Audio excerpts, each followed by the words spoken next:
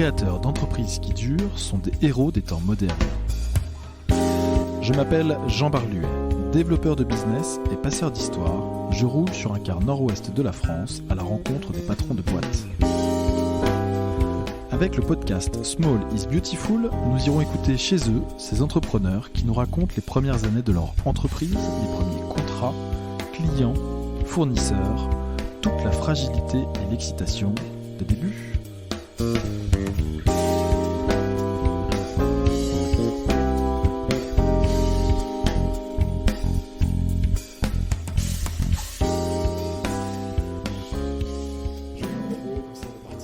Bonjour, on est aujourd'hui dans les locaux de l'entreprise Gaïa avec Yann Rivière pour ce deuxième épisode de Small is Beautiful à La Réunion. Je suis super content d'être reçu ici.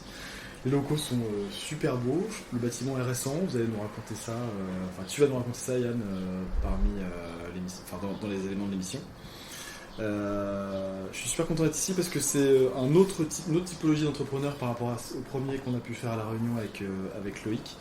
Là, il y a pas mal d'années d'exécution, il y a, je crois, une sacrée histoire, pas mal de monde qui bosse ici, puis surtout des valeurs qui m'intéressent hyper profondément sur comment tu as fondé la boîte et comment tu la pilotes aujourd'hui. Yann, est-ce que tu peux te présenter, s'il te plaît ? Je ne vais pas redire mon nom et mon prénom. Non. Donc Yann Rivière, je le fais quand même. Vas-y. J'ai 47 ans, la boîte elle a 13 ans aujourd'hui. Et je suis bien content qu'elle ait 13 ans. Le démarrage de cette histoire, il est lié essentiellement à une envie de liberté par rapport à ce que j'ai pu ressentir dans mon premier emploi, mes tout premiers emplois que j'ai eu à l'âge de 30 ans. J'ai traîné dans les études. Après le bac, j'ai fait 7 ans à l'université et j'ai fini ingénieur agronome spécialisé dans l'agriculture biologique et l'agroforesterie, donc il y a une composante agricole et arbre. Tes études, tu les fais en métropole ? Je grandis en Nouvelle-Calédonie jusqu'à l'âge de 15 ans. D'accord. De là, je rentre en métropole, plutôt côté sud, à Montpellier. Je fais une partie de mes études à Montpellier, une partie à Paris, puis je pars à la fin de mes études 6 mois au Cameroun pour bosser sur une problématique de déforestation dans les monts Bamboutos. Puis je reviens en métropole et là, je croise une copine qui me dit « Tu veux pas venir à La Réunion ?» Donc on voulait partir déjà avec ma compagne. Moi parce que je connaissais les DOM et que j'avais absolument envie de rentrer. Et de dire rentrer, c'est assez étrange d'ailleurs. Oui, c'est ça. Mais de revenir dans un DOM, La Réunion, ça a été un pur hasard. Cette rencontre, elle nous dit qu'il y a du travail à La Réunion. Donc on a fait une valise chacun. Et on a pris un billet d'avion, on est arrivé à Saint-Pierre. Et là, j'ai trouvé mon premier boulot dans les 2 semaines à Saint-Joseph comme formateur d'agriculteurs en développement durable.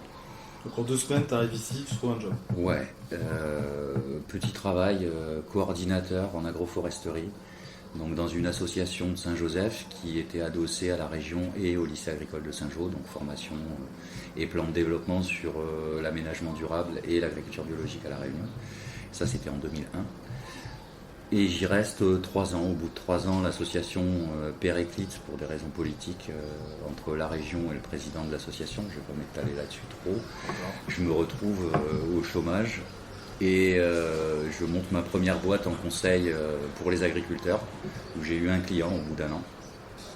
Heureusement qu'il y avait Pôle emploi à cette époque-là. De là, je commence à regarder un peu ce qui se fait et qui pourrait m'embaucher, et puis je finis dans une pépinière de l'Ouest comme directeur de production.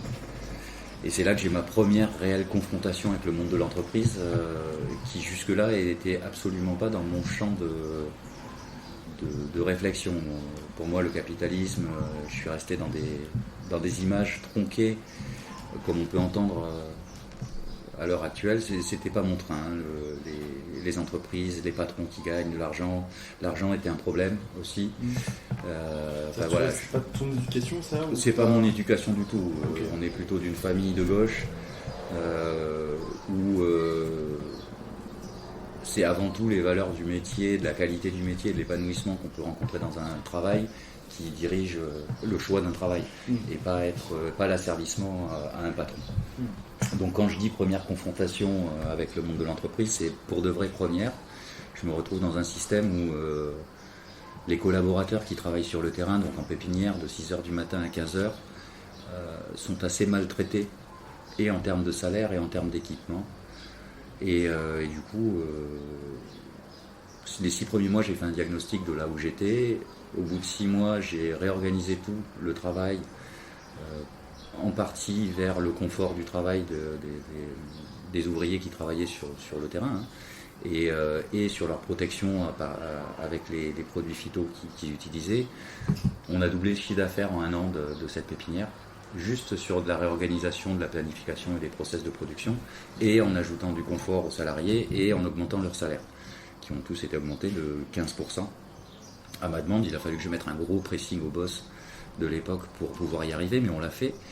Et de fil en aiguille, on a développé jusqu'au point où il n'y avait plus rien à développer, et du coup j'étais en conflit d'intérêt avec le boss. Parce que moi, s'il n'y a pas de développement, ça ne m'intéresse pas. Et puis il n'y avait plus besoin de moi à la limite dans le fonctionnement, tellement c'était bien organisé.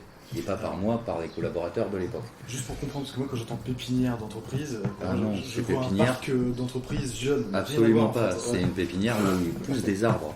Voilà, c'est ça, ok, merci. Puisque c'était mon premier métier, était de faire pousser des arbres quelque part. Ok. Mes études m'ont poussé à faire de la socio-économie et de l'agronomie mélangée, donc un regard assez systémique avec des approches globales de systèmes fonctionnels agricoles. Donc j'ai fini là-dedans parce que, mine de rien, quand on cherche du travail, on prend ce qui se présente. Et donc c'est à la suite de cette expérience qui s'est terminée par un licenciement, un petit prud'homme et un petit billet de 5 000 € que est née l'idée de monter Gaïa. Entre-temps, j'avais avancé sur un projet d'entreprise de traitement des déchets électroménagers électriques que j'avais co-monté avec la région, qui allait se lancer, et puis finalement quelqu'un d'autre dans l'Est en a fait un, avec un appui politique de l'Est de l'époque qui était assez puissant, suffisamment pour bloquer la région. C'est ce que j'allais dire. Oui. Ça me surprend pas, moi. Mais... Donc ce projet a été mis aux oubliettes, et donc on se retrouve en août 2007 à peu près, ça fait 6 ans que je suis à La Réunion, autour d'une table de poker avec des potes, et on se dit bon, écoute, qu'est-ce qu'on va faire, qu'est-ce qu'on va devenir. Donc j'étais avec un pote qui était salarié commercial, moi qui étais au chômage, et un podologue.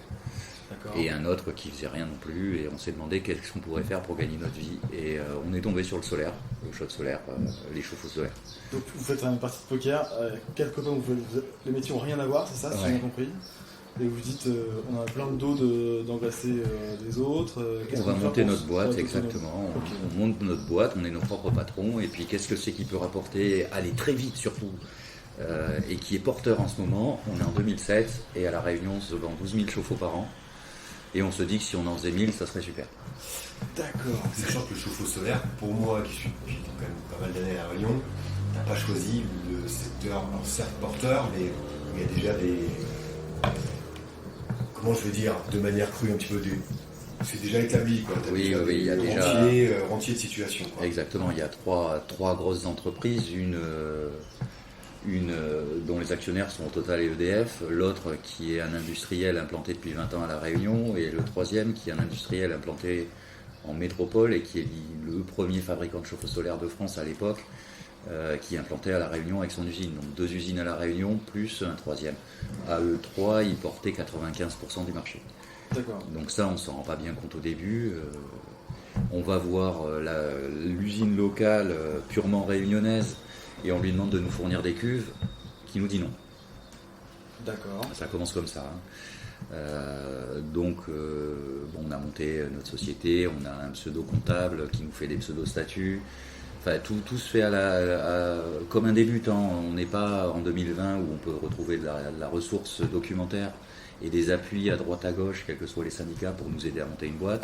On se retrouve vraiment en situation aux prises à tous les roublards qui peuvent traîner dans le coin. Donc quand on commence à ne pas payer correctement un comptable, à ne pas payer les justes prix, à les avoir au rabais, on se retrouve effectivement avec des statuts au rabais et un fonctionnement au rabais. En 2007, c'est quel statut là-bas, du coup? C'est une CRL? On est CRL, ouais. La société s'appelle Gaïa Énergie Nouvelle. pose les statuts, donc on crée toutes ces statuts, on trouve les fournisseurs de septembre 2007 à mars 2008, on pose les statuts, on ouvre la boîte. Ok. À 4 partenaires. À 4 associés. Ok.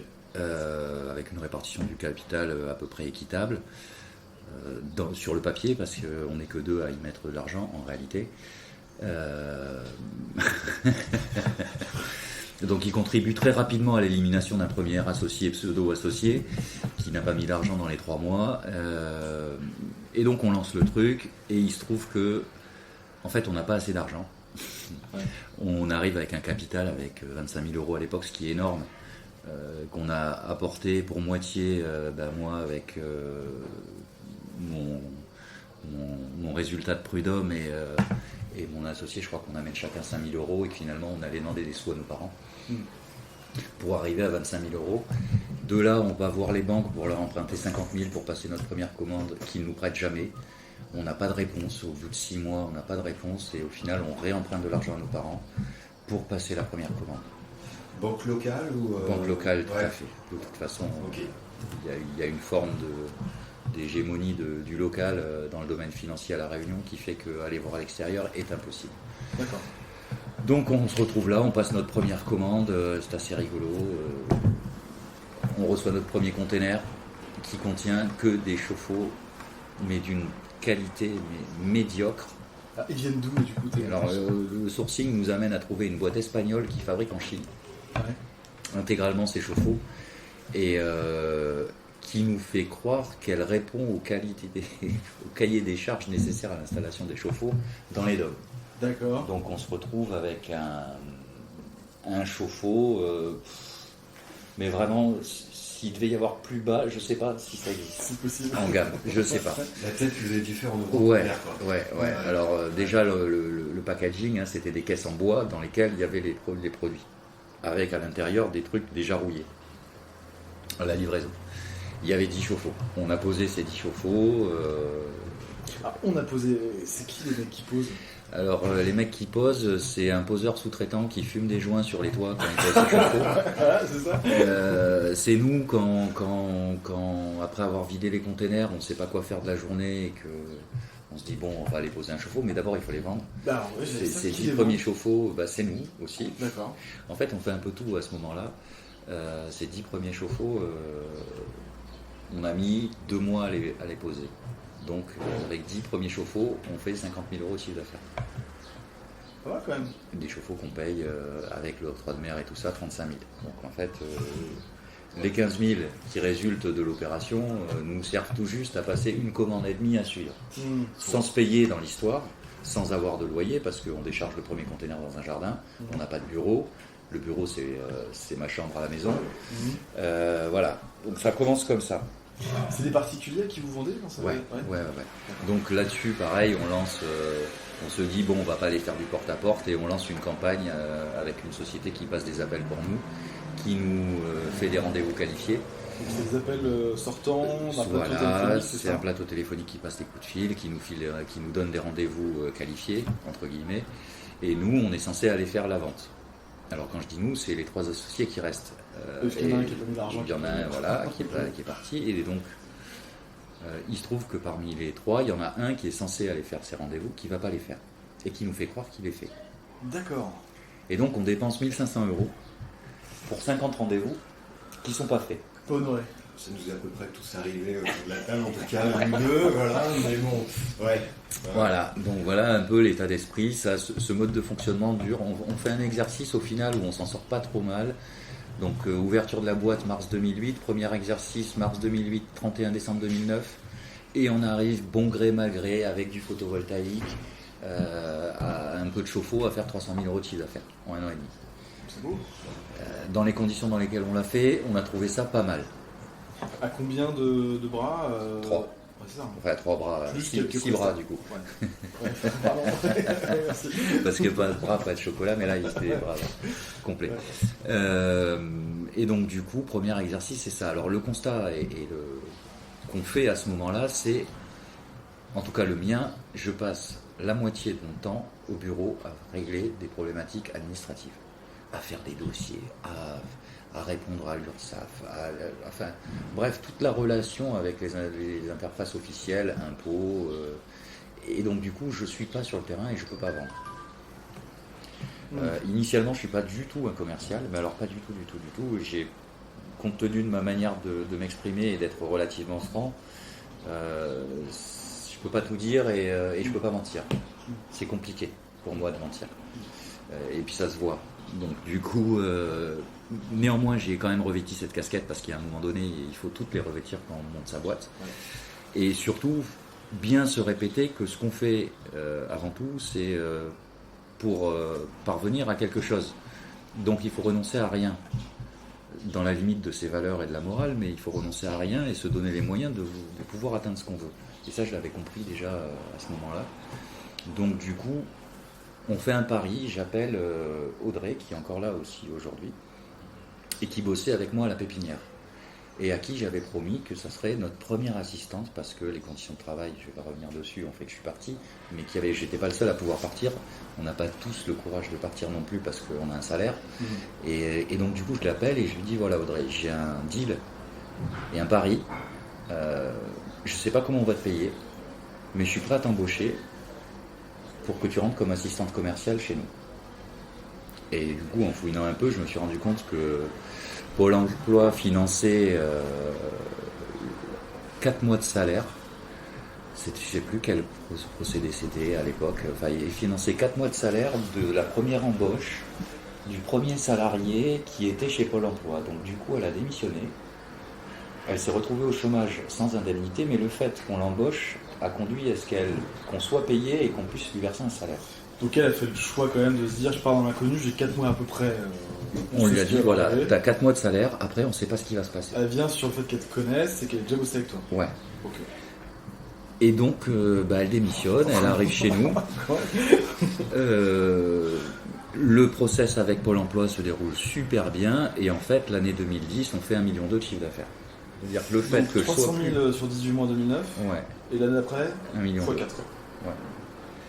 Et on n'est toujours que 3, avec elle 4, donc 3 associés, 2 qui y travaillent, le troisième qui est podologue, il va podologuer, hein, il étudie des pieds, il fait des semelles.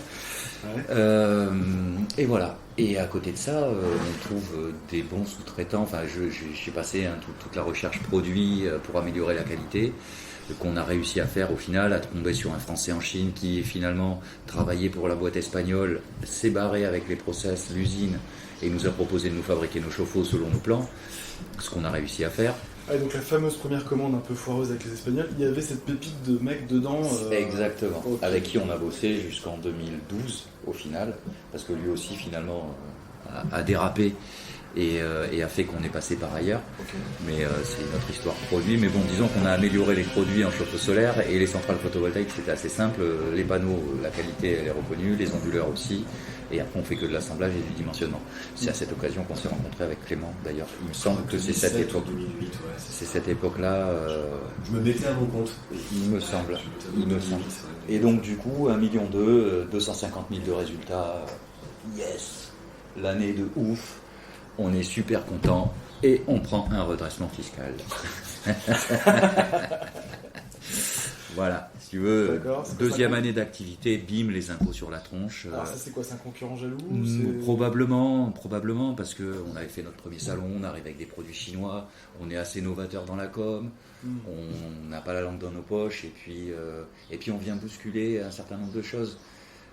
On a essayé, en fait c'est le moment où on essayait le même modèle économique que nos confrères, de la sous-traitance à outrance pour l'installation, de la sous-traitance avec des apporteurs d'affaires et des commerciaux indépendants.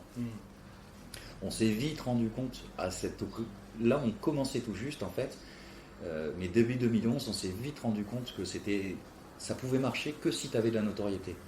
Tu t'appelles grand groupe avec Total et EDF, tu peux prendre autant d'indépendants que tu veux, quand le client il entend Total EDF il achète. Quand c'est Gaïa, et que tu as un indépendant qui vend, parce qu'évidemment tu récupères les pires, ceux qui vendraient leur mère et tout ça. Hein. Sur le marché, en fait, les commerciaux indépendants, comme beaucoup finalement, ils sont guidés par où c'est que je vais manger le plus. et où c'est qu'elle est la plus verte l'herbe. Donc tu récoltes forcément les pires commerciaux qui puissent porter la Réunion. Et tu les as. C'est que des filous. Il n'y en a pas un pour... C'est que des filous. Les mecs n'ont qu'une chose en tête, c'est te niquer. Et niquer leurs clients. Donc du coup, tu fais véhiculer l'image de ta boîte là-dessus. Et donc nous, on s'est très vite rendu compte, en 3-4 mois, qu'on était en train de se saboter la tronche, mais comme c'était pas permis. Juste... Donc ton 1,2 million, tu le fais qu'avec des particuliers, avec les indépendants? Non, le 1,2 million, on le fait qu'avec des particuliers, et avec que Guillaume, Yann et Audrey. Ah, c'est pas des indépendants? Il n'y a pas d'indépendants. Ça, on le fait tout seul. Ton x4, c'est juste... Tout seul, comme des grands. D'accord. Ah ouais. Donc de là, on se dit, si on multiplie la force commerciale, c'est là que je te dis, on rentre dans le modèle Bien économique sûr, des autres. ok. Ça marche pour les autres, pourquoi ça ne marcherait pas pour nous? Ok, ouais. Tu vois? Et en fait, au final, tu fais le constat que si tu n'as pas la notoriété et que tu n'as pas les dimensions, les commerciaux que tu recrutes, c'est des bouses. Ouais. Il n'y a pas d'autre mot. Ouais. C'est des bouses. Ils t'emmènent au fond du trou. Et c'est ce qui se passe début d'année. On ne vend pas plus avec eux, donc on embauche 3 indépendants qui ne vendent pas plus que quand on était seul. On prend par-dessus le redressement fiscal, donc tu parlais de... Ouais. Et, on faisait peur. Et étrangement, alors qu'ils se vendent 12 000 chauffe-eau, qu'on en vend 50 la première année et 90 la deuxième, on fait peur. Et on fait peur, et avant tout, c'est aussi une époque où on laisse personne rentrer sur le marché, et surtout pas les oreilles. Et ça... Alors Zoraï, on va traduire pour les gens qui sont en Réunion. Ça fait les non-natifs de l'île de la Réunion.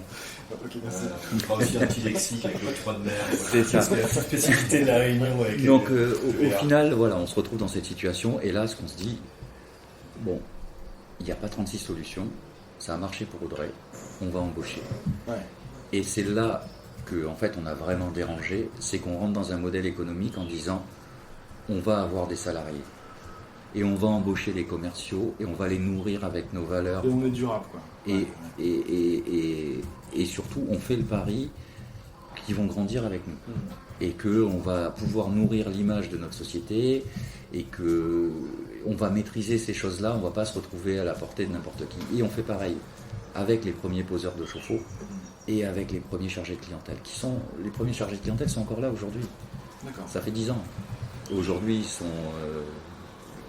responsables, enfin il y a des titres qui ne servent pas à grand chose, mais disons qu'ils encadrent un certain nombre d'équipes avec leurs compétences, mais voilà, en gros ils sont là encore. Transmettre l'esprit de la boîte, quoi. Exactement.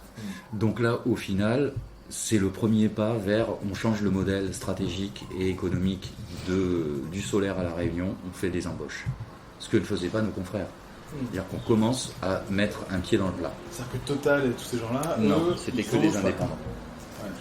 Et donc du coup, il se trouve que la crise financière qui arrive, 2010, enfin, les répercussions de celle de 2008 jusqu'en 2010 font chuter le marché.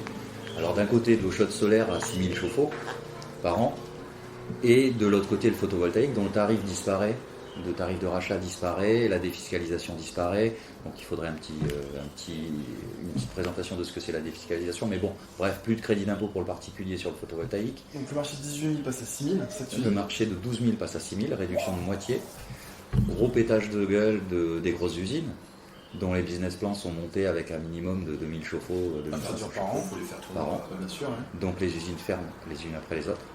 Et ouais. Donc celle de métropole ferme très vite, la locale reste en place et le grand groupe réoriente ses activités et sort du chauffe-eau solaire. Et c'est le moment où nous, là on a passé pas mal d'étapes, hein, on est en 2013, 2014, c'est le moment où nous on est à 3,5 millions, 3,6 millions de chiffre d'affaires, qu'on a une vingtaine de salariés et qu'on doit passer un cap, qu'on va chercher un fonds de financement, un FIP, un fonds d'investissement en proximité, et qu'on lève 250 000 euros. FIP régional ou FIP régional, FIP d'homme, tout à fait. Et donc on lève nos premiers 250 000 C'est euros. intéressant, c'est-à-dire que le venture capitaliste métropolitain qu'on connaît tous, qui rentre avec X% de part sociale contre un financement, ici il s'appelle FIP, c'est ça? Ouais, c'est un fonds d'investissement de proximité. Ils prennent 30% des parts du capital de la société. On doit leur rembourser une fois et demie ce qu'on leur a emprunté, normal, un rendement à 8% annuel. Ça fait beaucoup, mais en même temps, ces 250 000 euros nous ont permis de lever des fonds, des financements dans les banques. Ouais, c'est un premier palier. En fait, pour c'est un la premier chose. palier, et Ouais, ce premier palier a déverrouillé tout un tas de choses qui étaient bloquées parce que quand tu fais 3,6 millions, qu'on n'avait plus de résultats, hein, le super coup à 1,2 million avec 250 de résultats, c'était du rêve. Fini, tu as des salariés, tu as des charges, tu rentres dans un mode de fonctionnement où on n'est plus du tout dans ce cadre-là. Donc du coup, en fait, c'était où on levait de l'argent, où on était mort. Ouais. Le FIP, à mon avis, comme ça vous a donné de la notoriété, surtout parce que pour être agréé dans un FIP, il y a un process qui est assez rigoureux. Concours de circonstances, le FIP était rentré chez Easy, un opérateur téléphonique ici. Il se trouve que le DAF de chez Easy, Mobus, était un ami à moi et que Mobus a fait la bascule en vendant à Altis à cette époque-là. Il se trouve que le fonds avait de l'argent récupéré en avance, que la personne que je connaissait l'associé qui travaillait dans le FIP. De fil en aiguille, on s'est retrouvés, on a déjeuné, et nous on savait que c'était comment ça s'appelle, la mort ou le FIP. Hein. C'était pas bien compliqué, c'était la mort ou le FIP. Soit on réussissait à s'en sortir, parce que 3,9 millions de chiffre d'affaires c'est super, mais quand tu as zéro résultat, tu as zéro banque. Financer du développement sans argent, c'est pas possible. Donc du coup, c'était ou la mort. Tu vois, c'était vraiment ça. Ouais. Et donc du coup, on a réussi à le convaincre. Et ça, le mec dans la négo, il le sait Oui, parce que je ne sais pas mentir. D'accord. Donc j'ai des idées, on avait des idées, on avait un plan de développement, on savait où aller, et le passé parlait pour nous, parce qu'en 6 ans d'activité, on avait déjà démontré un certain nombre de qualités et de compétences. Les fonds propres de la boîte, c'était 50 000 euros de capital. Quand tu fais 3,9 millions de chiffre d'affaires, c'est léger, c'est très léger, et le moindre dérapage, t'es mort. Ouais. Donc du coup, il n'y avait pas 36 solutions. Ouais. Donc première levée de fonds 2014, ça se passe bien, on passe de 3,9 millions à 6 millions l'année suivante. On construit le bâtiment dans lequel on est aujourd'hui en 2016, on rentre dedans en 2016. De là, 2016, j'oublie 2015, autre levée de fonds sur une des sociétés qui devient une des sociétés du groupe, qui fait de la maintenance et de l'exploitation. Pareil, même montant, on refait la même opération. Business model, au début, tu vends des chauffe-eau solaires sans les maintenir, c'est ça, on vend des chauffe-eau solaires aux particuliers. Progressivement, avec la chute du photovoltaïque, on réoriente nos savoir-faire vers de la construction de centrales thermiques de plus grosses dimensions pour des bâtiments collectifs. Okay. Donc tout ce qui est logement social, etc. On répond aux appels d'offres et on construit des grosses centrales thermiques. Donc ça, c'est la réaction à la chute du photovoltaïque. Ouais. Donc c'est ce qui nous fait doubler le chiffre d'affaires en 3 ans. C'est la suite de la crise, tu ne peux pas rester bloqué là-dessus. Parallèlement, on continue à travailler sur le développement de notre propre produit, parce que j'en reviens à ce contrôle fiscal qui finit par nous démontrer, enfin qui nous dit que nous ne sommes pas des installateurs de chauffe-eau, mais des commerçants. Tout ça pourquoi ? Parce qu'on en revient au tout début, l'expert comptable, qui n'était pas expert, qui n'était que comptable, qui nous monte nos bilans, s'est cassé, s'est trompé de classement comptable de nos achats et de nos ventes. Non, j'avais pas ça encore. Non, on était juste le classement comptable qui nous faisait passer d'installateur de chauffe-eau solaire à vendeur de matériel, quincaillerie. Et dans les comptes, quand on les lit avec ce classement-là, l'administration fiscale a fait son travail, il faut le reconnaître. Pour de vrai, elle nous a démontré que ce qu'on faisait, c'était de la quincaillerie. Donc on est allé au tribunal, évidemment, et au fur et à mesure qu'on échangeait avec l'administration fiscale, ils nous ont montré comment faire pour sortir de cette impasse. C'est-à-dire qu'en fait, on fait un mémoire en leur expliquant ce qu'on fait comme travail, ils nous répondent « Non, mais si vous faisiez ce travail-là, il faudrait faire ça, ça, ça, ça ». La durée des échanges entre les différents mémoires fait que entre le moment où tu reçois leur mémoire qui t'explique comment il faut faire pour être dans le cadre, tu te mets à le faire. Et quand tu réponds à leur mémoire, tu es en train de le faire. Et tu as tous les éléments pour leur prouver que tu fais exactement ce qu'ils te disent. Donc en envoyant ça, ils te redisent ce qu'il faut rajouter pour être vraiment dans le cadre. Et ça a duré 4 ans. Ces échanges de mémoire avec l'administration fiscale qui nous ont permis de fabriquer et d'être aujourd'hui considérés comme fabricants et assembleurs de chauffe-eau solaires, de centrales photovoltaïques, ils nous ont ouvert une voie fantastique.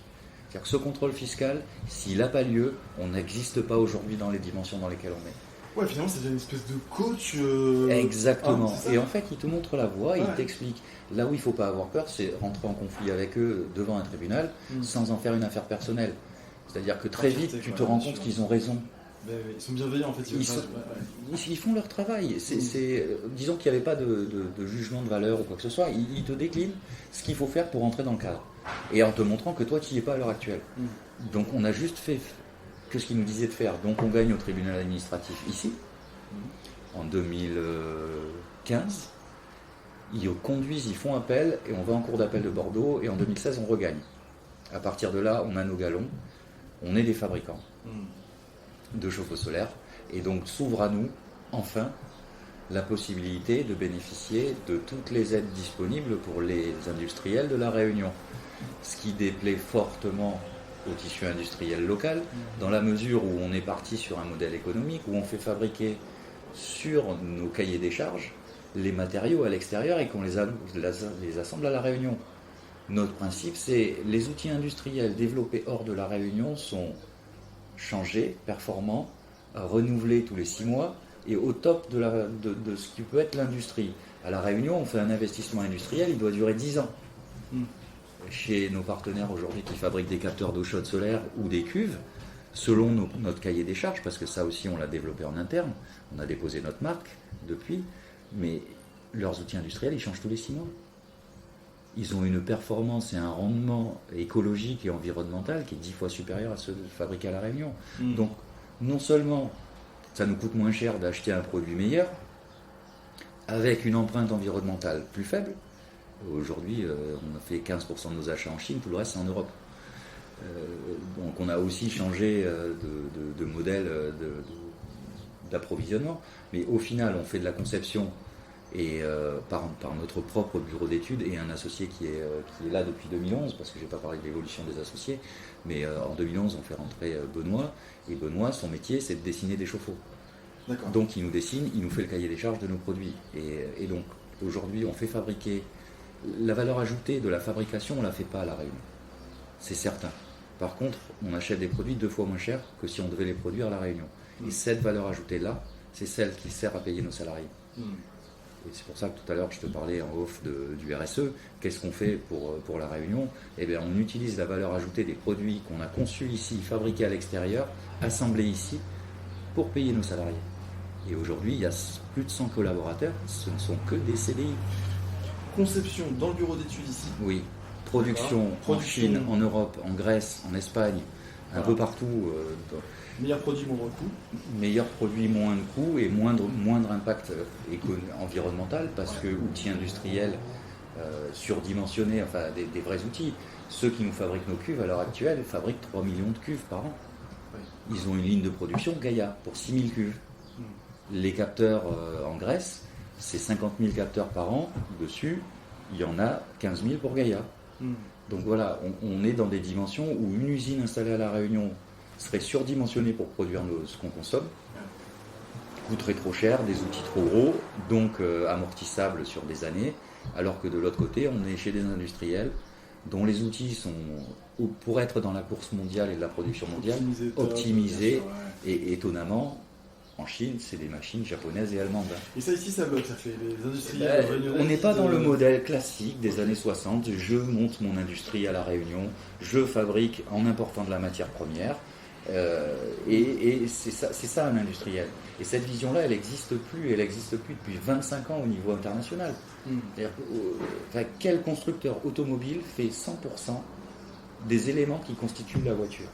Aucun.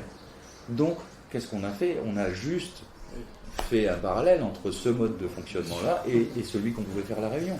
Il se trouve que c'est ce redressement qui nous a permis d'y arriver, mais c'est aussi le modèle qu'on trouve partout. Donc on a fait un mix entre un modèle social avec plein d'employés par rapport à ce qui se fait localement et de l'industrie internationale à l'échelle de notre entreprise au final. Si je comprends bien, en fait, du coup, tu reprends le même modèle que pour la voiture, ici. Tu reprends ici, tu rentres dans le marché en poussant les acteurs locaux qui sortent un petit peu. Oui, mais en fait, j'ai envie de te dire, à la limite, tout ça, c'est qu'une histoire de produit. Et finalement, ce qui fait notre différence, il y a le modèle économique pour aller chercher de la valeur ajoutée, pour aller chercher de la marge, pour payer des salariés. et pour atteindre un niveau de rentabilité qui soit acceptable pour les banques. À partir du moment où nous, on peut se payer nos salaires, c'est pas suffisant pour une banque. Une boîte à l'équilibre qui serait tout à fait cohérente avec un monde en décroissance, mais en décroissance positive, c'est-à-dire qu'une boîte qui génère suffisamment de chiffre d'affaires pour payer ses salaires, ses charges et ses fournisseurs, c'est pas suffisant. Il faut gagner plus pour pouvoir emprunter plus. C'est un truc de dingue. Ouais. Donc bref, on est dans ce modèle-là. Je sais plus ce que je voulais dire, tu vois. On en était à... Oui, donc tout ça, c'est juste vendre des produits. On a dépassé ce stade-là aujourd'hui. On n'a pas poussé nos concurrents sur la qualité des produits, parce qu'aujourd'hui, un chauffe-eau solaire, c'est un chauffe-eau solaire. Pour rentrer à La Réunion, il faut montrer tellement patte blanche que tu peux pas faire n'importe quoi. Pour du photovoltaïque, c'est pareil. Pour des clims, c'est pareil. Il n'y a pas de margoulins qui vendent un truc de piètre qualité. Ça n'existe pas. Là où nous, on est rentré et où on se distingue, c'est on a compris assez rapidement que, et c'est une phrase que je répète en boucle depuis un certain temps, au point qu'elle me sort par les yeux, mais que je ne peux pas m'empêcher de ne pas donner, parce que ça reflète purement la réalité. Aujourd'hui, on ne vend pas un chauffe-eau solaire, on fournit de l'eau chaude. Alors, moi, je pensais que tu allais me dire on vend une solution d'énergie renouvelable. Non, oui. Un service, quoi. En fait, qu'est-ce qu'ils attendent, nos clients? Est-ce qu'ils attendent d'avoir un chauffe-eau solaire qu'ils verront jamais, qui est sur leur toit? Ou est-ce que le soir, quand ils rentrent chez eux, ils préfèrent avoir de l'eau chaude au robinet? Moi, je pense que la question, elle est vite répondue. Surtout en ce moment. Pour nous, c'est un peu froid ici. Au final. Et en fait, notre approche, elle s'est transformée petit à petit à qu'est-ce qu'ils veulent les gens au final? C'est quoi leur besoin? Moi, en tant que consommateur, c'est quoi mon besoin? Mon besoin, c'est le confort. Ok, donc mon besoin, c'est le confort. Mon besoin, c'est l'économie. On l'a vu au moment des gilets jaunes. Mais ça datait d'avant les gilets jaunes. Tout le monde a envie de diminuer ses charges pour pouvoir avoir de l'argent, pour pouvoir faire des choses. Et c'est ce que je disais tout à l'heure aussi. L'argent, ça sert à quoi? Ça sert juste à pouvoir réaliser des choses qu'on ne pourrait pas faire sans, malheureusement. Mais ça ne sert pas à être accumulé. Donc le Kidam, et je m'inclus dedans, qu'est-ce qu'on veut? On veut juste pouvoir faire des économies pour faire autre chose que dépenser de l'argent pour pouvoir juste financer du confort. Donc aujourd'hui, on en est là. Et en percutant ce truc-là, et avec l'arrivée de Jean-Noël dans nos rangs, c'est peut-être lui-même qui m'a permis, et qui nous a permis d'extraire ce bébé-là qui était présent en nous depuis 10 ans, parce qu'il est présent en nous depuis 10 ans. C'est au final vendant du service. Tu veux pas un chauffe-eau, tu veux de l'eau chaude, tu veux pas une centrale photovoltaïque, tu veux payer moins d'électricité. Faire des économies sur c'est même pas faire des économies qui t'intéresse, c'est avoir plus d'argent pour le dépenser ailleurs. Donc si tu veux, ça va loin. Et donc à partir de là, qu'est-ce qu'on a commencé et comment on a avancé notre approche et comment ce message s'est emparé de nos chargés clientèle qui au final aujourd'hui répondent à une demande qui est avoir de l'eau chaude, répondent à une demande qui est payer moins d'électricité, répondent à une demande j'aimerais bien avoir la clim mais ça va me coûter plus cher en élec, et ben mets une centrale photovoltaïque avec. Et au moins, ça amortira ton coût supplémentaire de clim. Tu veux une pompe à chaleur, c'est super, c'est pour chauffer la piscine, ok. Ouais, mais ça va coûter plus en électricité. Mais une centrale photovoltaïque, ou alors on te fait un chauffe-eau solaire qui va chauffer la piscine. Et au final, on est rentré dans ce délire-là. Donc aujourd'hui, on n'a plus de concurrents. On a des mecs en face de nous qui vendent des chauffe-eau, d'autres qui vendent des centrales photovoltaïques, c'est pas les mêmes. Mais il n'y en a aucun qui se préoccupe du besoin de son client. Il n'y en a aucun qui se dit c'est quoi son besoin fondamental. Et donc du coup dans notre approche communication on est là-dessus et c'est ce qui fait que je pense qu'il a beaucoup contribué au fait que on prenne la place. Jean-Noël, tu arrives quand dans l'entreprise? Il y a 2 ans. Il y a 2 ans. Et cette stratégie s'est ressentie immédiatement dans le parc client, dans le chiffre d'affaires, dans tout ça? Non. En fait, le constat, je ne suis pas un grand bavard. Le constat, quand j'arrive, le constat c'est que les chargés de clientèle, moi je viens d'un grand groupe à La Réunion, avec des process, avec de la hiérarchie et avec des stratégies de très grandes marques, comme Porsche, comme Jaguar, comme Kia. Au début, là où je me trompe, c'est que je pense appliquer ce que je connais, la manière dont je travaille dans le marketing et la com de ces grands groupes, à un petit groupe. Et si ça marche pour les gros, ça va marcher pour les petits. je me trompe parce que les process chez Gaïa, dans l'approche que Yann en fait, Thibaut, ils ne travaillent pas de manière processisée, ils travaillent de manière instinctive. C'est très différent. Ouais. Du coup, je mets du temps je mets beaucoup de temps à comprendre ça. Mais pour autant, j'enclenche quand même des choses, notamment au niveau du service commercial, qu'on appelait encore commerciaux. Et au moment où j'arrive, Yann dit en fait, ils font pas un travail de commerce, ils font un travail de charge de clientèle. Pas de conseil, quoi. Oui, et puis au même passage, c'est le moment où il arrive, on vient juste de virer le directeur commercial, parce qu'on se rend compte qu'un directeur commercial, ça sert à rien. Mais pour de vrai, à part... C'est pareil. Non, mais oui, pas pour les mêmes raisons. Ouais, Mais disons que le directeur commercial, en fait, il sert à rien dans la mesure où d'un coup, il dévie tous les objectifs de la société à la satisfaction de son seul bien-être et de ses seuls objectifs, au détriment de ceux qui l'encadrent. Et la plupart du temps, c'est quelque chose qu'on observe dans tous les métiers de la vente, c'est le chef fait en sorte que les autres travaillent bien, mais pour une seule chose, pas pour l'entreprise, pour lui. Surtout dans les grosses boîtes, je sais pas si tu trouves dans les petites boîtes. Ça, Et bah écoute, dans la nôtre, on a trouvé, ouais, et du coup, on a conclu un accord et il est parti. Et on s'est dit, des personnes qui sont en capacité de comprendre leur métier, de savoir pourquoi ils travaillent, et il n'y a aucune raison de les encadrer. Enfin, un vendeur qui comprend le sens de son métier et tout ça, et c'est à ce moment-là qu'arrive Jean-No, et c'est vraiment dans cet état qui trouve la société. On est en pleine mutation, alors on a fait plein de mutations, hein, mais là on est en pleine mutation sur l'approche, qu'est-ce que c'est vendre? Ouais, donc, c'est ça, d'accord. donc on a la première fois où je rencontre les gens de Gaïa, les collaborateurs, on leur explique qu'ils n'auront plus besoin de faire du porte-à-porte comme ils le faisaient, qu'ils n'auront plus besoin de vendre des chauffe-eau au forceps, j'allais dire, des centrales photovoltaïques, mais que la stratégie de communication va leur amener les clients directement.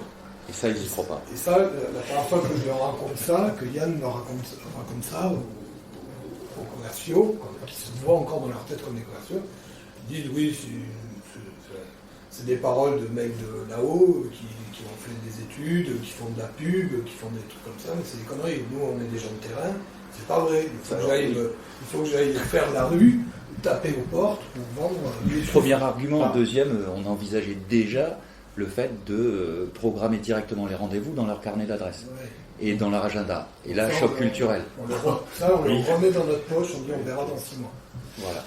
Attends, juste pour bien comprendre, c'est qu'avant que tu arrives, le modèle de distribution, en tout cas à part les appels d'offres, tu as des commerciaux qui font des rues entières en tap-tap. Non, qui ont juste une démarche commerciale, c'est une caricature.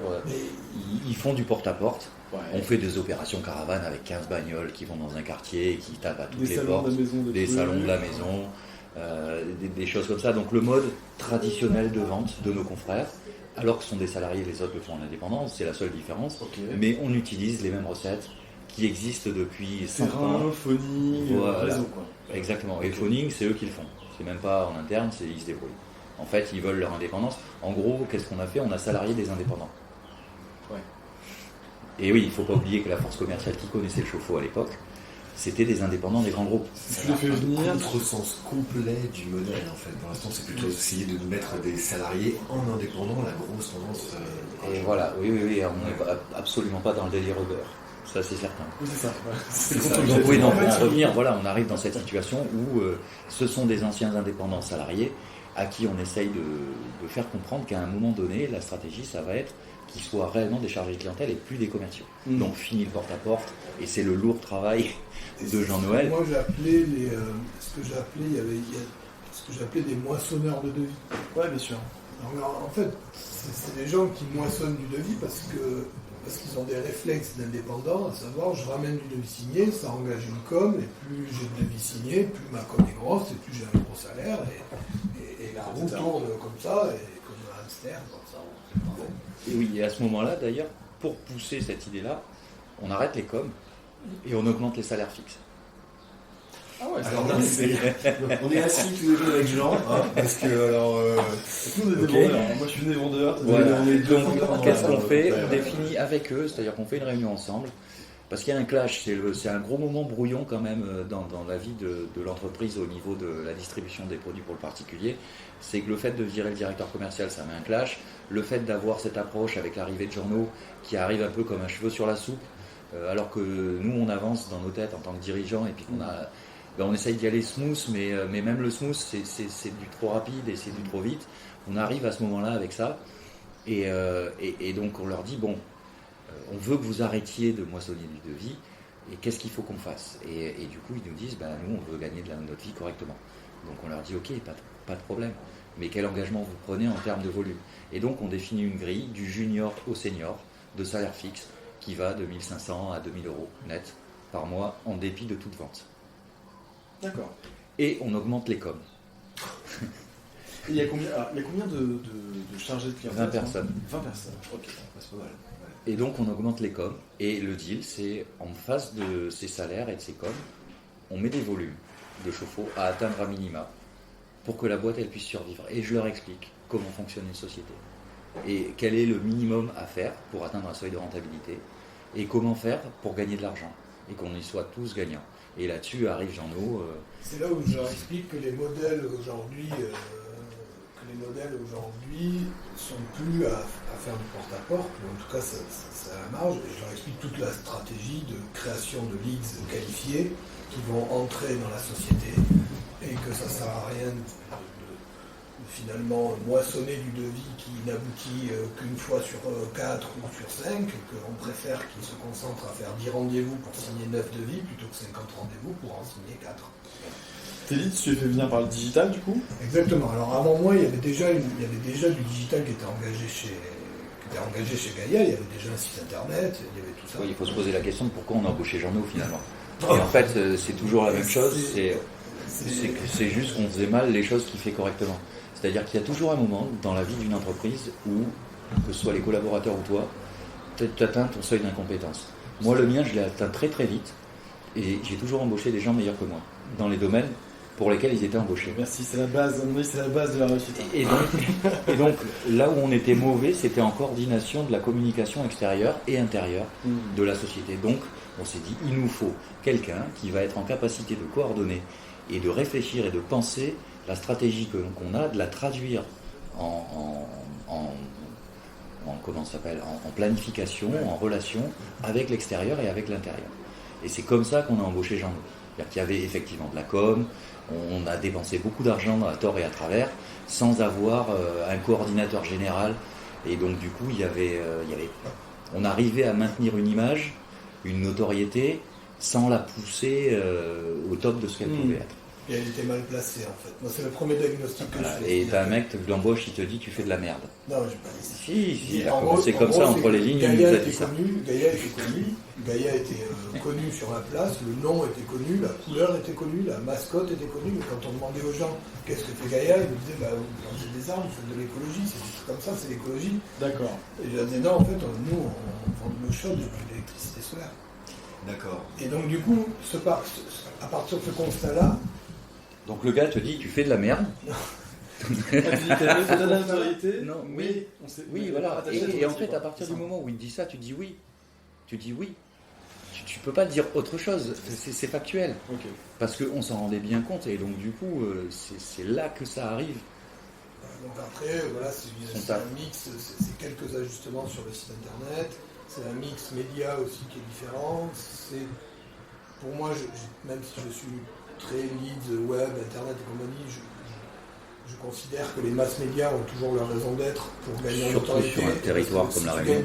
Si tu ne gagnes pas la bataille de la notoriété à travers les masses médias, tu peux pas gagner. Ensuite, tu peux pas gagner suffisamment de crédibilité pour engager la signature d'un client. C'est parce qu'il le vu à la télé qui est galvaudé, soi-disant, pour moi, il n'est pas galvaudé. Il est rassurant. Il est 1 rassurant, 2 engageant, et 3 pour la marque, il est hyper stabilisant. Si le web était si génial que ça, Macron il ferait pas les vœux sur TF1. Vous voyez ce que je veux dire? C'est-à-dire qu'à un moment donné, on peut tout mettre sur le web, on peut faire tout. Mais en fait, il y a quand même un mix à garder. De la même manière, il faut renouer avec les journalistes. C'est pour ça qu'on l'a embauché, il est bon. faut renouer avec les journalistes locaux, il faut faire des Les meilleurs relations de que nous. presse, voilà, faire des relations de Ouais, bien presse. sûr. C'est un travail de fond qui permet d'émerger pour divers discours, et c'est aussi la chance qu'on a que vous soyez là. C'est d'émerger sur plusieurs fonds, plusieurs discours, et c'est cet environnement-là qui crée suffisamment de confiance autour de la marque pour gagner un peu plus de... Et parallèlement à ça, tu as un énorme travail pédagogique avec tes propres équipes. Parce qu'il faut les faire. En fait, toi, tu as déjà muté, tu es déjà dans l'esprit service client, tu es déjà là-dedans, et eux non. Ouais. Et en fait, il n'y a que l'expérimentation qui fait revenir sur les croyances. Et on est tous sujets aux croyances. Tous. Et dans les métiers, il y a toujours le livre du meilleur vendeur, voilà la technique de vente imparable. On peut en écrire d'autres maintenant aujourd'hui. Et donc il faut briser toutes ces croyances les unes après les autres. Et le seul moyen d'y parvenir, c'est par les faits. Et c'est là où Jean-No a quand même débordé complètement de l'aspect de son métier, c'est qu'il est devenu co-animateur des réunions de travail avec les chargés de clientèle, dans l'organisation, dans le mode de fonctionnement, dans la manière de diffuser les messages. Donc il travaille sur tous ces aspects, et c'était un des aspects qui était important, de communication interne, mais de formation et de pédagogie au changement du discours et à l'appropriation de ce discours-là par les chargés de clientèle. Et donc du coup, on en arrive aujourd'hui, on a eu un épisode Covid, énorme opportunité pour nous. Énorme, on n'a jamais aussi bien fonctionné en termes de notoriété. Au moment où tout s'effondre, alors concours de circonstances ou pas, on travaille beaucoup sur l'anticipation, on se pose beaucoup, il y a une question à se poser en tant qu'entrepreneur à mon sens et avec ses collaborateurs, c'est « et si ». Le « et si » permet à soi déjà de se préparer aux éventualités. Avoir réfléchi à quelque chose, ça veut dire déjà l'avoir intégré. Et donc pourquoi je parle de ça ? Parce que en février, j'étais à Paris. Notre fournisseur chinois est en Chine, mais est un Français, et il nous dit ça part en sucette, le confinement commence. On est le 4 février. T'as l'info à Paris, moi, je suis à par ton Paris fournisseur. par mon fournisseur qui lui est en Chine. Je suis à Paris pour le boulot. Noir, quoi. Ouais. Et le 4 février, j'apprends ça, je rentre à La Réunion le 6. Et la première chose que je fais en arrivant, c'est les gars, qu'est-ce qu'on fait si La Réunion est confinée ? Qu'est-ce qu'on fait et comment on s'en sort ? C'est la première question que je pose. T'as un mois et 10 jours d'avance. On a un programme de communication qu'on avait. En fait, on avait bien travaillé avec Jean-No sur toute la com 2020, préparer les actions commerciales, préparer les actions de communication, tout préparer. Pareil, les relations fournisseurs, donc toutes nos commandes sont en cours. On sait qu'on a le nouvel an chinois, et je prends cet exemple, mais on sait qu'on a le nouvel an chinois qui arrive au mois de février. Ça tombe pendant le nouvel an chinois, le Covid en Chine. Le confinement, en fait, il ne gêne pas les Chinois. Ils sont déjà tous en vacances. Ça n'a fait que reculer de une semaine la rentrée en Chine. Donc nos produits, ils sont prêts, ils sont dans les bateaux. En face de ça, en Europe, nous, si on n'a que des cuves seules sans les produits d'Europe, c'est 20% de nos achats en Chine. Le reste, ça vient d'Europe. Si ce n'est pas coordonné, on n'est pas OK. Donc toutes nos commandes, pour 4 mois d'activité, elles sont déjà passées en métropole.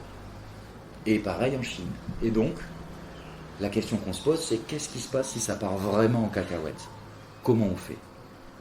Et là, on est 5 autour de la table, 2 directeurs d'exploitation, Jean-No, Thibaut, Benoît, on est 6 du coup, et moi, et on se pose des questions, qu'est-ce qu'on fait ? Qu'est-ce qu'on fait ? Comment on envisage les choses ? Il se trouve qu'on avait déjà entamé, à travers le travail de Jean-No, la numérisation de nos équipes.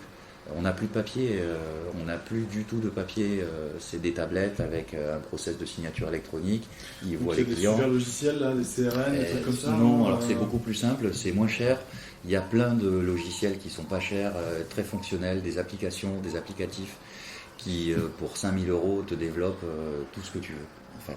Genre C'est pour un fini, le Playmaker, CRM, comme ça, le c'est CRM, open source, ouais, en open ouais. source, Ouais. et avec des tiroirs de partout dedans, c'est terminé le CRM à 70 000 € qui se développe toute sa vie, c'est fini.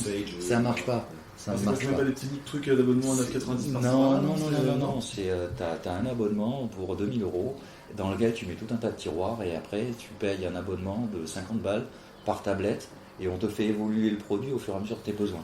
C'est quoi ton produit? Non, mais on n'en parle pas, on fait pas de pub. Bref, on avait entamé cette mutation, donc pour nous, la partie dématérialisation des papiers, elle est déjà faite. On est en janvier 2020, elle est déjà faite. La partie visioconférence, on avait commencé doucement à mettre en place ce genre de pratique entre nous. Et donc au moment, on fait le SI, et là, on revoit, je crois qu'on voit 4 ou 5 scénarios différents sur les campagnes de com pour maintenir la notoriété, le lien avec nos clients. Il se trouve que parmi ces 4-5, au mois de mars, décision le 15 mars, confinement, on met tout le monde, enfin une grosse partie de nos équipes en activité partielle. Ceux qui travaillent, donc tous les chargés de clientèle travaillent, ils ne sont pas au chômage. On maintient tous les salaires à 100% de ce qu'ils sont, même ceux qui sont au chômage partiel. Et on prend l'engagement en fait de continuer notre relation avec les clients. Ce qu'on fait à travers des campagnes de com, là où tous les gros groupes désertent les médias pour communiquer, télé, journaux, nous on prend la place. Et on prend la place, il se trouve que les tarifs étaient moins chers puisque tout le monde fuit, et tu as des produits d'appel, et qu'on a occupé l'espace pendant 2 mois et demi. Je vous ai vu beaucoup dans le JR aussi, les presse-papiers. Partout. Et du coup, là, Télé, pour récolter les fruits aujourd'hui, c'est que partout. En fait, dans une situation de crise,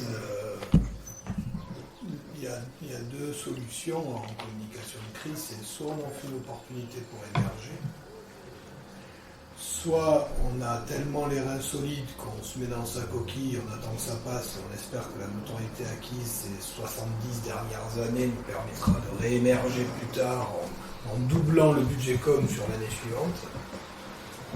Mais c'est pas nous. Ah, vous avez décidé d'attaquer, vous Oui. dire, on y va. Oui, parce qu'en fait, il n'y a pas 36 solutions. Enfin, il y a 36 solutions, mais il n'y a pas... comment dire, il n'y a pas 36 solutions audacieuses, il n'y en a qu'une. C'est ok, ça va être la panique, donc soit on meurt en se mettant en boule, soit on meurt les armes à la main, et avec un peu de chance, On meurt pas. on meurt pas, et si on meurt pas, on sera peut-être les seuls debout.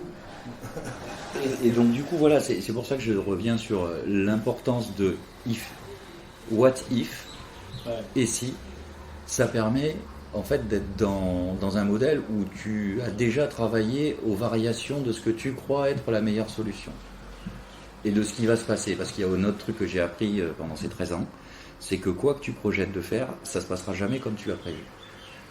Ça c'est la règle numéro 1. La règle numéro 2, tous les gens qui écrivent des livres, comment monter un business plan, comment réussir et comment ça marche, c'est des menteurs.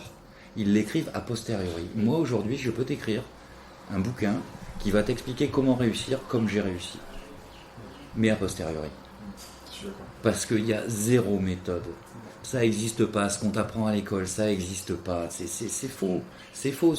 Tous les livres sont bâtis sur du constat a posteriori. C'est facile.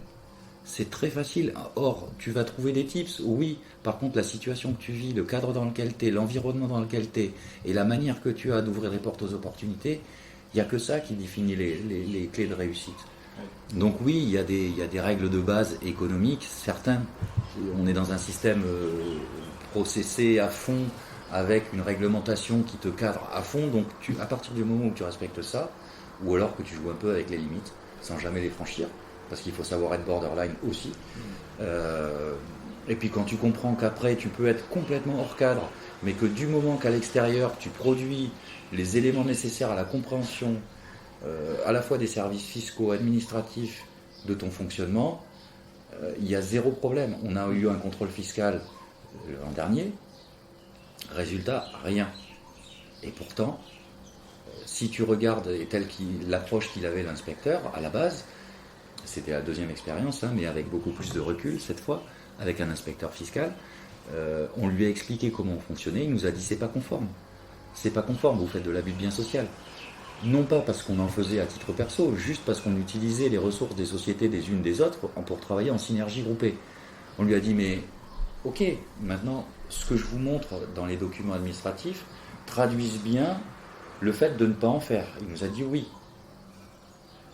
Voilà, en fait c'est juste une histoire de traduction, il ne faut pas essayer de communication et aussi, ça vaut pour tout le reste.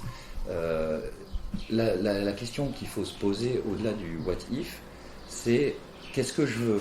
Est-ce que je veux avoir raison ou est-ce que je veux être heureux?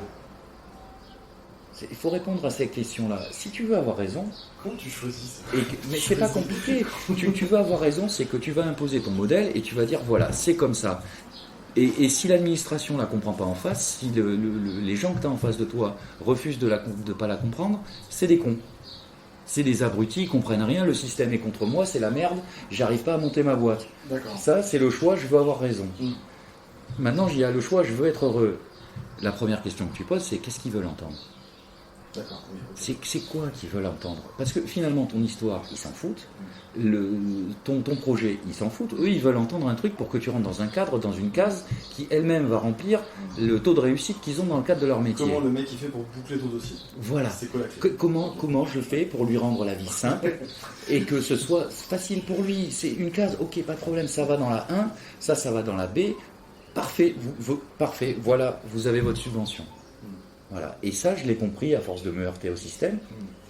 Tu peux faire ton truc, tu peux parler des valeurs qui t'animent, tu peux parler de ta stratégie entre les lignes, hein, ça ne se livre pas nécessairement, mais surtout, il faut que quand tu parles à tes interlocuteurs, tu leur dises ce qu'ils veulent entendre.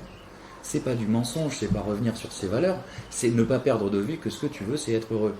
Pour être heureux, ça passe par la réussite de ton projet. Pour que ton projet réussisse, il faut que tes interlocuteurs qui conditionnent la réussite de ton projet soient satisfaits dans leurs besoins. C'est pas très compliqué. Au final, c'est juste renoncer à avoir raison. Et ça, c'est le même fondement que embaucher des gens meilleurs que toi. À un moment donné, être un patron, c'est renoncer au pouvoir. Et plus tu renonces au pouvoir, et plus t'en as. C'est ça qui est complètement dingue. Et c'est pour ça, quand je rigolais tout à l'heure en disant qu'on a viré le directeur commercial, il avait soif de pouvoir. Mais un pouvoir malsain. Le pouvoir malsain, il s'appuie sur la renonciation au pouvoir des gens qui sont en dessous.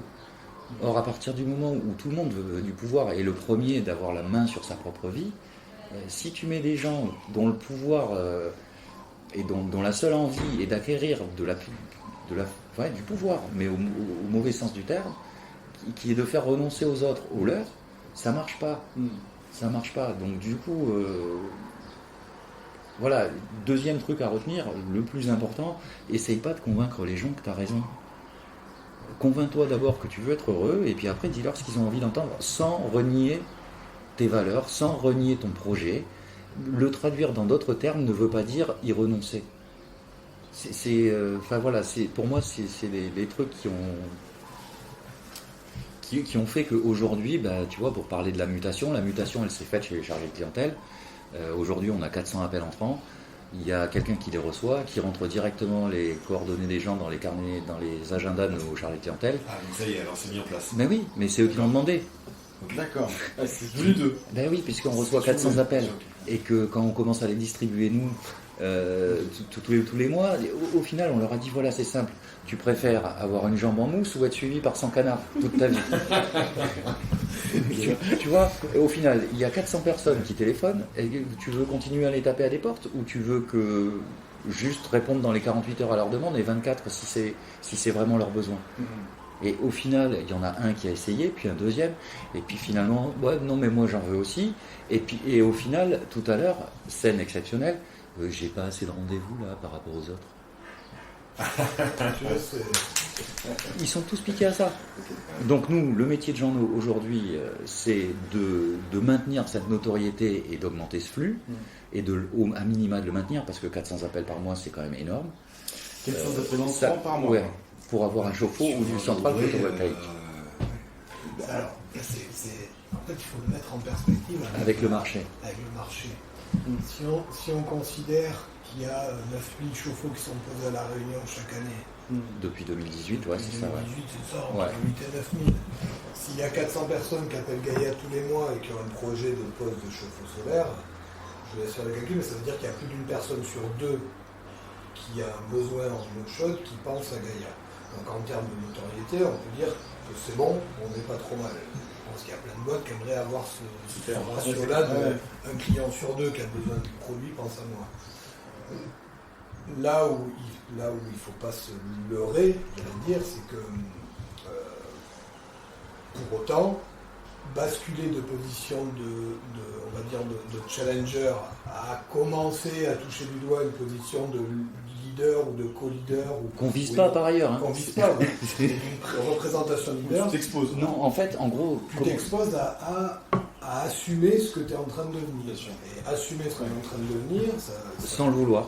ça veut dire qu'on doit maintenir cette notoriété, qu'on doit maintenir le discours, qu'on doit l'appuyer et qu'on doit encore plus que d'autres désormais par les actes sur le terrain prouver.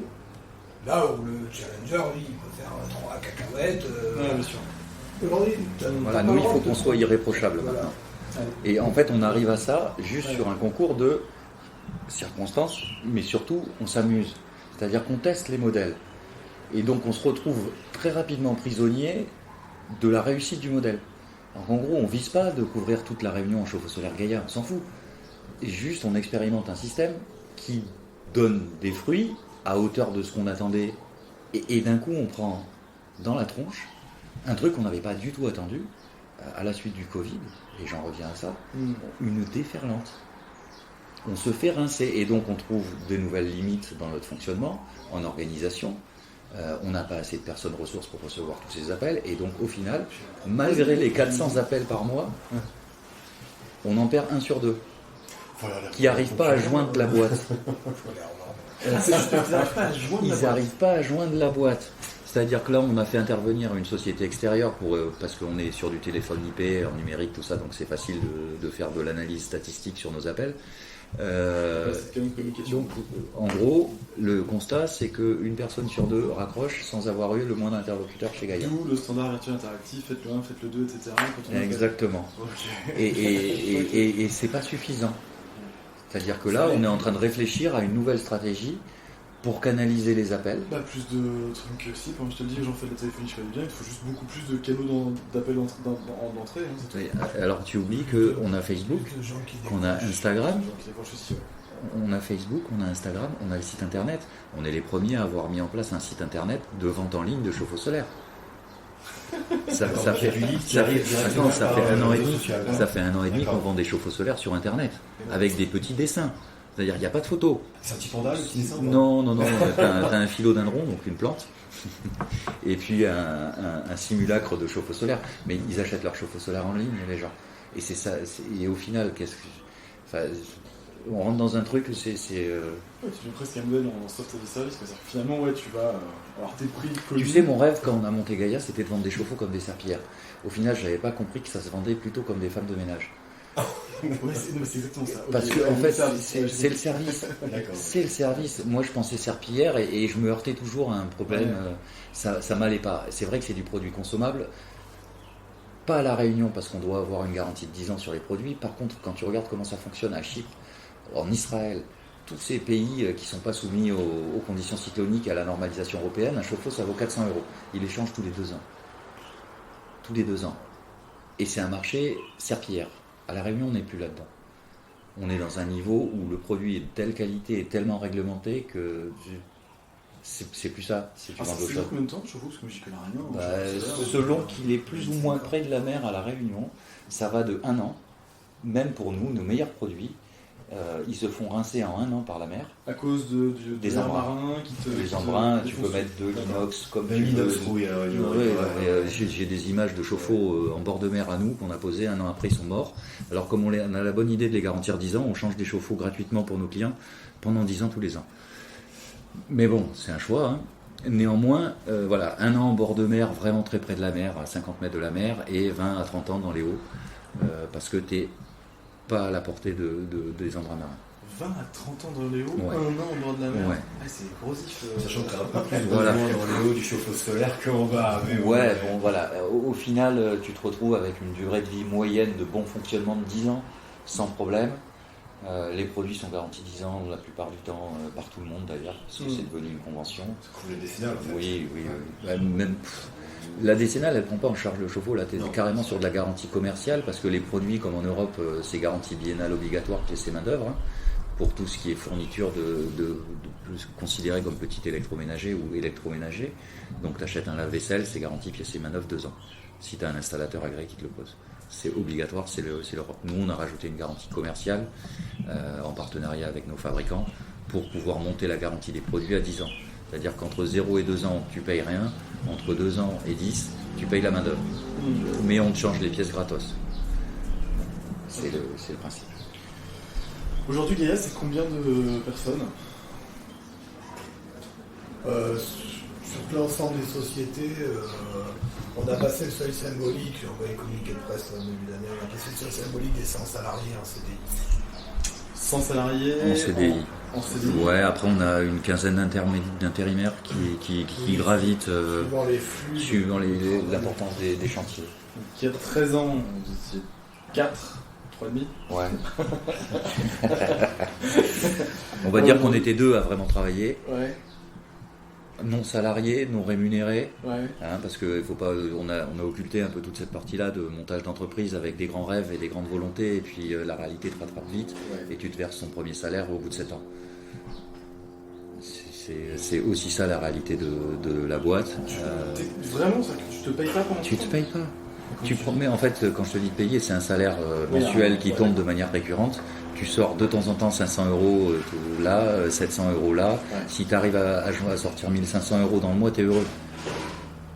Tu vois. Et puis ça continue jusqu'en 2013-2014 où tu renonces à ton salaire parce que tu n'as pas assez pour payer tes salariés. Alors ça veut pas dire que tu as un énorme salaire, ça veut juste dire que les pauvres 1500 euros qui te servent de revenus, eh ben, ils sont mieux pour pouvoir joindre les deux bouts. Tu te rattrapes après, c'est pas grave. Mais il arrive ces moments-là. Là, ça fait 3 ans que j'ai plus ce problème-là.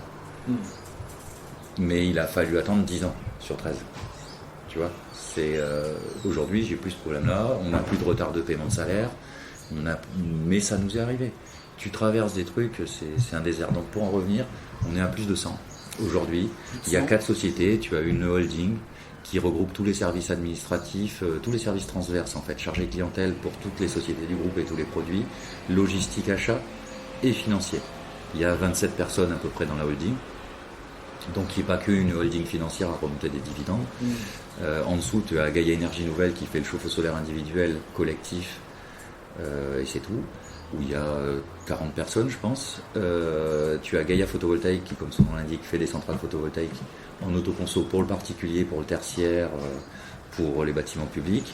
Et tu as Gaïa Services et Prospective qui fait la maintenance et l'exploitation de tous les produits vendus par Gaïa et par ses concurrents pour le compte des bailleurs sociaux et de n'importe qui en fait. C'est-à-dire que du coup, t'as pas que ce site-là en fait, t'as Si. forcément des sites de production, Non. d'assemblage, C'est ici. tout se fait là. Oui. Et en dessous, c'est En ça. fait, non il se trouve que le bâtiment, on l'a construit en 2014 pour, Ok. pour 30 personnes Ouais, et pour un volume grosso modo de 4 millions de chiffre d'affaires. ouais. Bon, on fait 13. Et ça absorbe. Volume. Non. Et du coup, on a battu les cloisons, il n'y a plus de bureau, il y a plus. Alors, comme il n'y a plus de chef, c'est très bien, du coup, il n'y a pas de bureau de chef. Ouais. Il y a des terrasses qui se sont transformées en bureaux. On stocke une partie ici pour laisser l'espace d'assemblage un peu libre, mais la plupart du temps, ils assemblent dans la cour. Hein, ils font les découpes, les perçages, tout ça dans la cour. Et le reste du stockage se fait chez des prestataires extérieurs. Donc là, on vient de signer un compromis pour construire un nouveau bâtiment qui est 3 fois plus grand que celui-là et mettre celui-là en location et toujours dans le même état d'esprit, dans le même coin. D'accord. On est parti là-dessus. Ouais, on va commencer à arriver un peu gentiment sur la fin. Juste une petite question, parce que du coup, t'as vachement grossi. C'est quoi Tu me connais pas depuis longtemps, j'ai pris que 10 kilos. Hein. Non, grossi, excuse-moi, grossi dans ta boîte. Voilà. C'est quoi Gaïa à 3 ans? Dans 3 ans, c'est quoi? Comment tu veux que je le sache? Voilà, ça. Mais je n'en sais fou pas rien, mon bon ami. Je savais pas, honnêtement.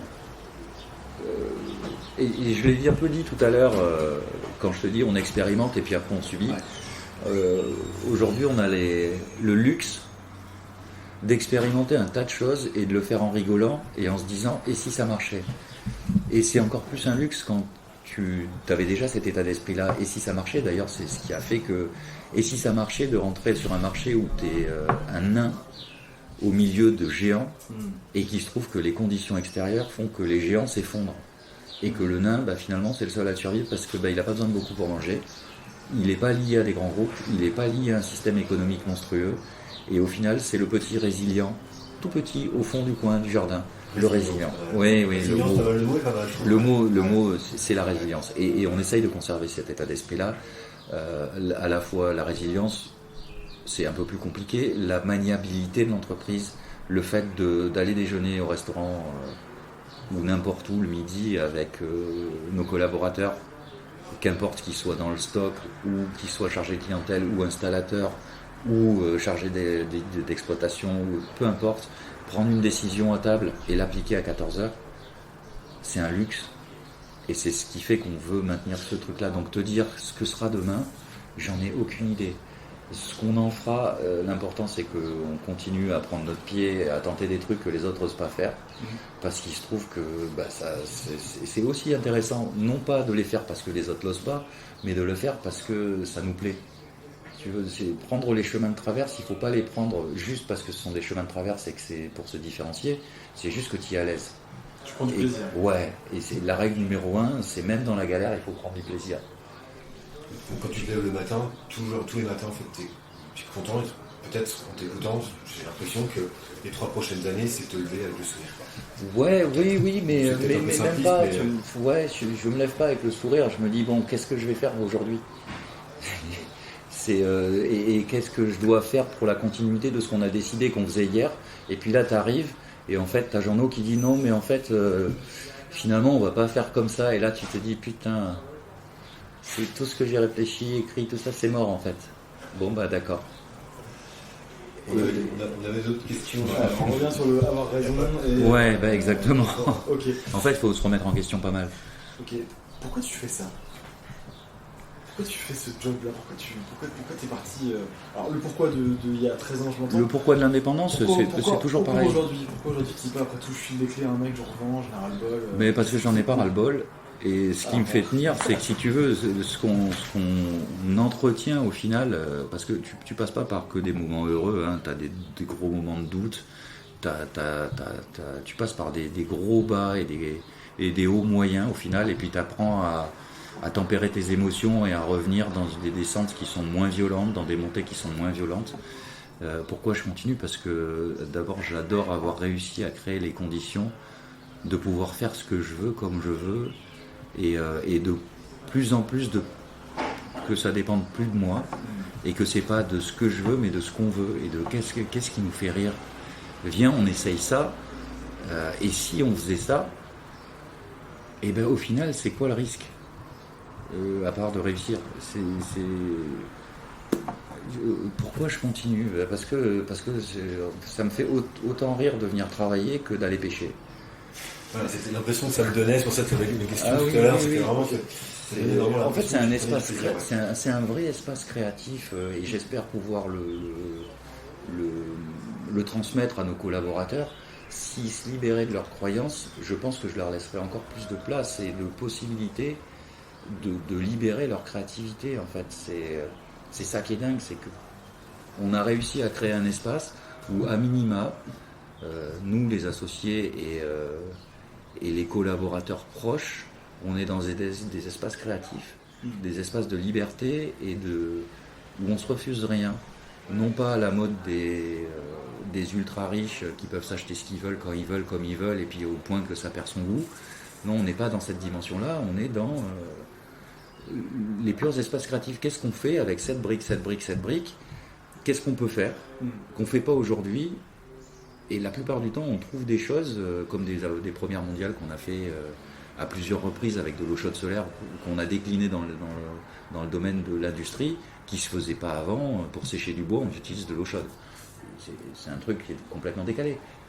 Première mondiale, machine italienne, ingénieur réunionnais de chez nous, montage de chez nous, on fabrique ça pour un fabricant de bois à La Réunion. Première mondiale, on sèche du bois avec de l'eau chaude dans des machines italiennes qui sont censées fonctionner à l'électricité.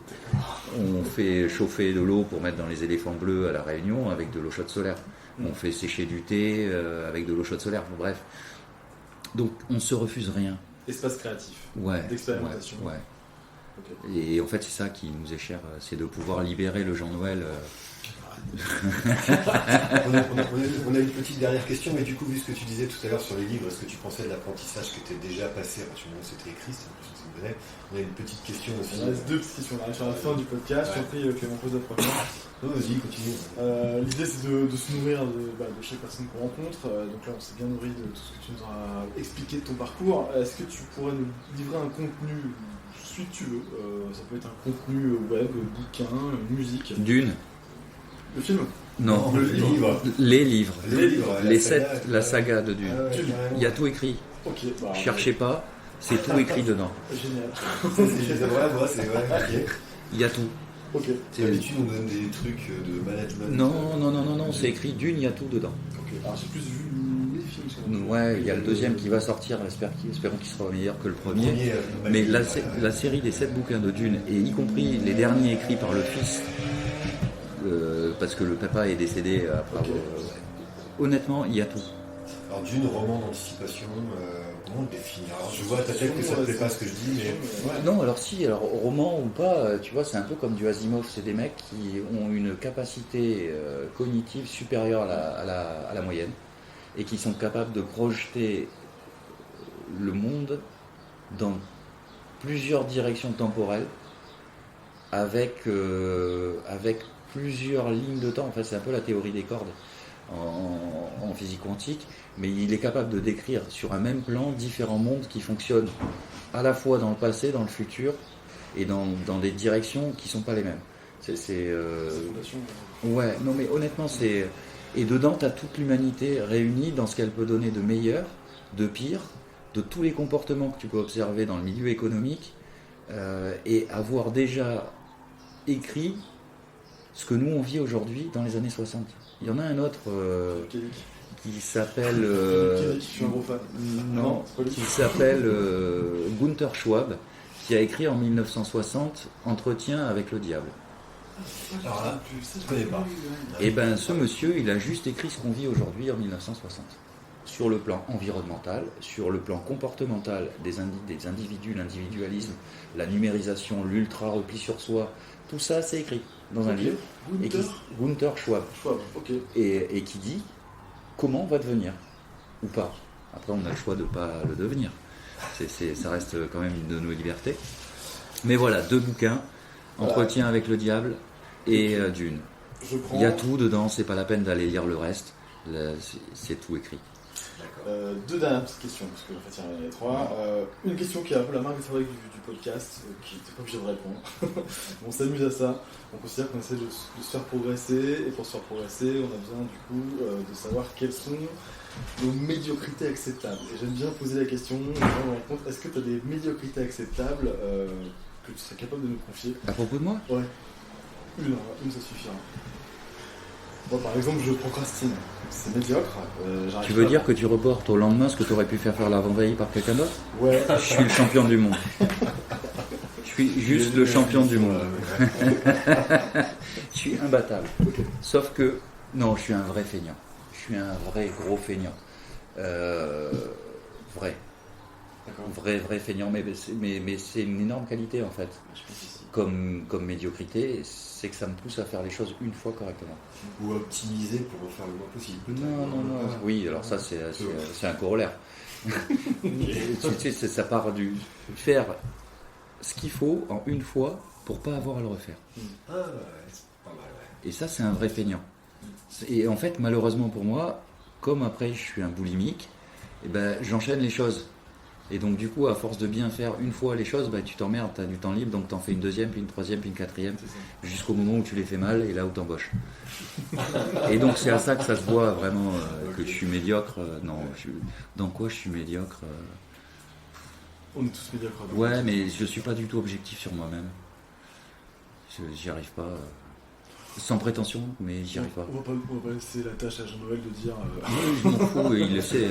Je me fais traiter d'enculé par mes services, par mon comptable, donc on peut y aller. Alors, Pour l'histoire, quand même, Yann est en t-shirt, etc. Donc c'est assez. Oui, c'est bien, je suis pas en savate quand même. C'est assez cool ici. Ok, Oui. et enfin dernière chose, qu'on est vraiment dans le temps, on a dépassé un peu le format habituel. Si tu as passé un agréable moment, en tout cas moi j'ai passé un super moment, est-ce que tu aurais dans ton réseau d'entrepreneurs, de gens que tu aimes bien, envie d'entendre d'autres entrepreneurs faire la même chose que ce qu'on vient de faire entre nous, avec Small is Beautiful, piloté par Clément, que tu À La pourrais Réunion. recommander, des gens, une ou deux personnes qui seraient intéressées, Ouais, ou on que doit pouvoir trouver tu ça. trouverais intéressantes, qu'elles suivent On avec doit l'artiste. pouvoir trouver ça. Il faut que ça colle un peu avec notre Oui, état d'esprit. il me faut quelques heures pour y réfléchir. Franc-parler, Oui, liberté, oui, non mais ça il y en a. Surtout Mais que tu je suis un veux, petit peu t'en derrière, veux, j'ai pas t'en envie veux d'aller- qui ont vécu l'échec et Ouais. qui y sont encore Ouais. en pleine dépression. Résilient, ouais. Non, parce qu'il y en a. Parce que là, on rigole, mais on a une crise économique monstrueuse sur le territoire. Oui. Il se trouve qu'on a de la chance. On est passé à travers, qu'importe les raisons, sans prétention. On a de la chance, on est conscient de cette chance-là aujourd'hui. Là, aujourd'hui, on rigole. Il y a pas mal d'entrepreneurs à La Réunion qui rigolent pas du tout. Donc, perso, ça m'a pas fait marrer, hein, mais ouais. voilà, non, mais pour de vrai, donc oui, je me permets ces choses-là, ça fait partie de mon tempérament. Il y a peu de choses que je m'interdis par ailleurs, mais je respecte ça. Donc te donner des noms de personnes en ce moment qui sont pas en train de lutter pour pas se péter la gueule et qui vivent bien les choses, j'en connais, mais il va falloir que je cherche. Ok. Ouais, c'est plus des gens qui ont vraiment un état d'esprit. Aller interviewer, je vais pas citer de nom, mais de gros Oui, on est acteurs. d'accord, on est d'accord. Non, c'est pas eux que je ici. pensais. T'inquiète, je pensais pas aux descendants de ceux qui sont implantés ici sur. Voilà, ça sur la m'intéresse structure, pas. on s'est compris. Là, ça ne nous intéresse pas. Ouais, on s'est bien compris. Ouais, il y a. Oui, ben je vous donnerai ça. Il faut que je donne un nom maintenant. là Non, pas Ah. du tout. Tu réfléchis, on plante la graine et puis... Ouais, ouais, Voilà, ok. tout à fait, c'est ça. Terminé. Ok, moi j'ai passé un super moment, je suis super content. Merci beaucoup Yann, Avec Jean-Noël, plaisir. de nous avoir octroyé ce temps. Merci de nous avoir parce que reçus. c'était Merci de nous avoir appelé. Ouais. Ça faisait un moment que ça nous titillait quand même. Ouais. On attendait que tu sois là sur l'île. C'est un projet. Ok, merci.